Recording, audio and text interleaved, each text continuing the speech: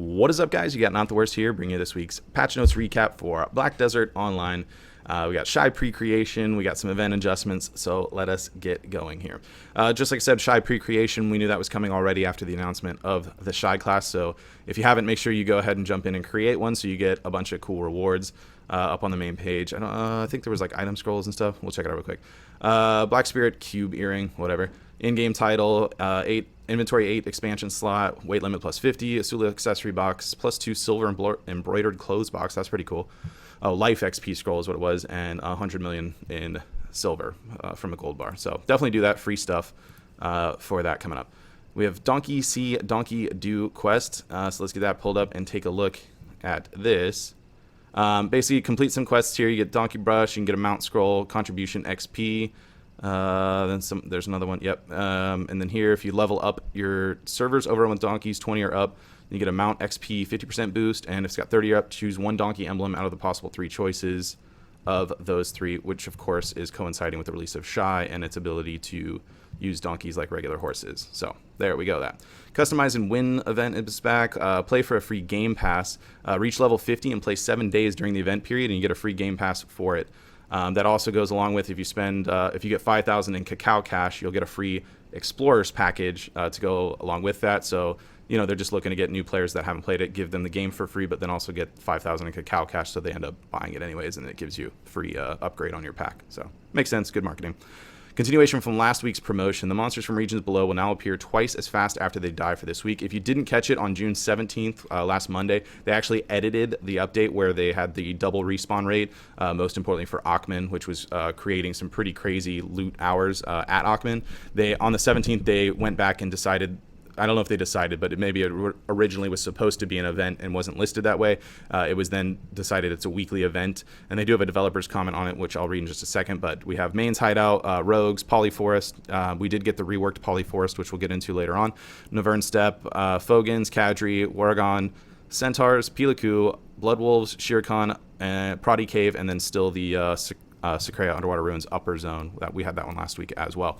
We're working on revamping monster zones to resolve the need for more zones to play in. However, since a revamp cannot be done in a short amount of time, we've decided to increase the monster respawn rate of some of the zones. Our initial plan was to have weekly events with different zones affected each week, but decided to include last week's zones to this week's event so that more adventurers can experience it. We promise we'll do our best to revamp the monster zones. They didn't actually include last week's. The only ones that I know of was Secrea Ruins. We also had like Ackman, Bashams, Basilisk, a bunch of other stuff too, so I don't know why they phrased it that way.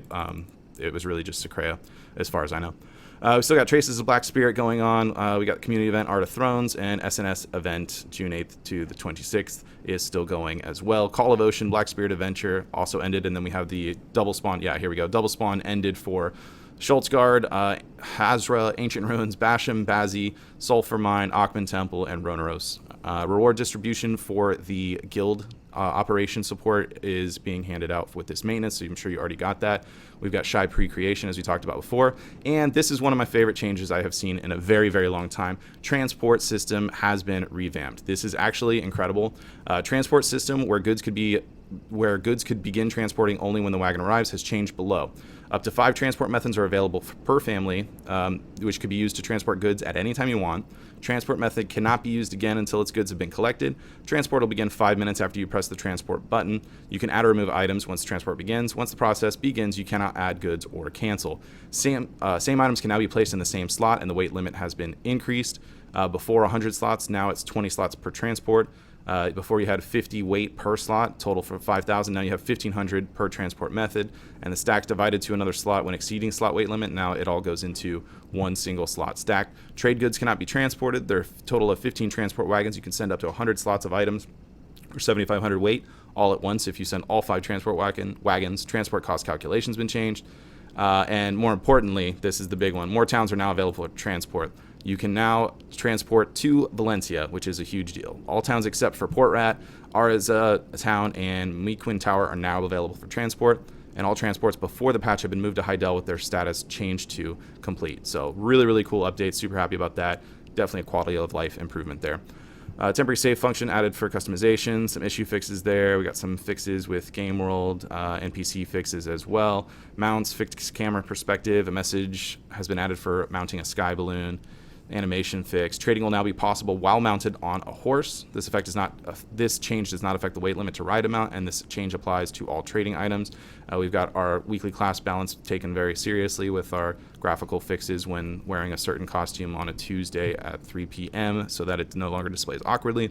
Item changes, we have this new item, the mysterious chest, ring, earring, belt, necklace, accessory that is added for completing new quests that can be accepted from the Calpheon market, or you can get it by purchasing for a 100G gold bar, which is 10 mil, from NPC Bolt of Calpheon Workshop after you've obtained the knowledge of the mysterious chest. Collect 100 of the remnants and you'll get a resplendent chest to swap it out for, and here's what the chests are. We were looking at this on stream value-wise. It's RNG gambling, so I don't really recommend putting your money into this. But yeah, these rings you can get from Marcus Shadow up to Tungrad ring.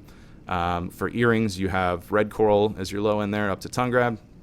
Ancient Weapon Core in belt up to Tungrad.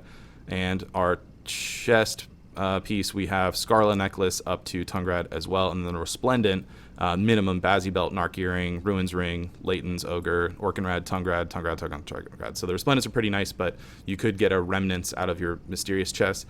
And you have to have 100 of those, so it's going to be super, super pricey to pull those off unless you're super, super lucky. So wouldn't recommend it, but if you're up for it, give it a shot and have some fun if that's your thing. General goods vendor Lara of Hydelis started selling mysterious chests. Message to confirm the opening of the chest will be displayed. Price of mushroom hypha acquired from the following monsters of Poly Forest has changed to 1,700 silver. Fixed a jukebox thing. Level limit descriptions have been added to enhanced equipment boxes sold by weapon and armor merchants. Yada yada yada. Number of cronstones required for safe enhancement will no longer fluctuate depending on market prices. I haven't looked at what they are, but that's actually kind of interesting. Ancient artifact China has been added to the shiny golden seal.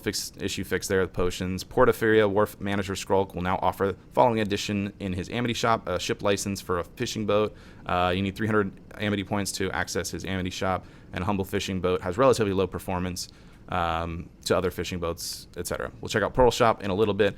Mechanic changes. Loot for defeating Vel will now be automatically placed in the Black Spirit safe. That's super handy. However, adventurers who are not located within Vel's realm when Vel is defeated will not receive loot regardless if they'd inflicted damage on Vel or not. Please stay inside the realm. We got some monster changes with Gyfe and Rasia. They will awaken 20% faster and have 20% faster attack speed and 30% faster chase speed. Karma recovered from Pilaku has been increased 5 times. Chance to receive Dragon Scale fossils to the below monsters of the Necropolis has doubled, and the number of fossils dropped has increased to a maximum of 2. All the bros there, only during nighttime when they are like elite mode. And we got the rework of Polyforest. Mushrooms of Polyforest have overgrown and are now more powerful. It's now a recommended AP 160 zone. Monster HP is increased by 100%, AP by 30%, DP increased 25%, Combat XP increased 80%, Skill XP 60%. The price, as we talked about, the mushroom trash loot there, 1,700 now. Poison damage inflicted by Poly's Forest monsters has been increased to 15 damage per 3 seconds. And you can now loot the Dew of Tranquil Forest, which is basically the Asula weekend accessories because it exchanges directly for those, or you can sell them for 100,000 individually. Gorgo Cobra stuck underneath a large boulder near the Gorgo Rock Belt has escaped. Oh, finally. Thankfully, I was worried about that guy. We got some quest updates, not enough materials, new recruiting, Avenge Me, new recurring quests per region has been added to help you obtain more mysterious chests, so you can check those out after completing the quest series. With the mysterious chests, you can continue with an additional quest, deciding what to tell, etc., etc. Mysterious chests going on. And then we got following quests are given for telling the story. See Marines and Pirates quest. Got some knowledge updates to go alongside with the mysterious chests, along with the quests that go with them. Completing the above quest series will give all knowledge of the Paeon Sea, Etheria Sea, Armo Sea, Etheria Sea, and Calpheon Sea node manager categories. Glorious Day has been added to the Northern Calpheon Adventure Journal knowledge and some issue fixes, graphical fixes there. Let us take a look at the Pearl Shop and see what we got. We've got the character slot expansion on discount for 180 pearls. I was hoping we were going to get this for 1 loyalty, but it doesn't appear that that's going to be it. So take advantage of that while it's on the cheap while you can, since it's not really going to get any cheaper than that. Female classes, we have a tea flower outfit set, limited outfit. So there's that. And we also have the Cetic outfit for males. Actually looks kind of cool, especially compared to the tea set. We've got Artisan Moonlight Shard Pack. You'll get a 30-day value pack, 100 Artisan memories, 10 Moonlight Shards, 10 memory fragments, and 10 item increase scrolls. Definitely pushing a bundle for value pack, which makes sense because there's a ton of pre-orders for those. We've got the transaction made discount 2+1. You get a freebie when you buy 2 of them. We got beauty category 50% off. Palettes, appearance change coupons on sale. Dyes are all on sale as well. Furniture's on sale too, so you can check that out. And finally, we are done. That is it for the patch notes and the Pearl shop coverage. If you did enjoy the video, be sure to like it. If you are new to the channel, be sure to subscribe so that you get notifications when new videos go live. What do you guys think about these patch notes? I'm personally going to be hitting up Polly's Forest and get a 20-hour grind video out as quickly as I can for that new zone, and I will definitely be tracking SP for it as well, since that's a skill point heavy region for all of its known existence. So I'll definitely be tracking that along with the silver breakdown and kind of see how it does.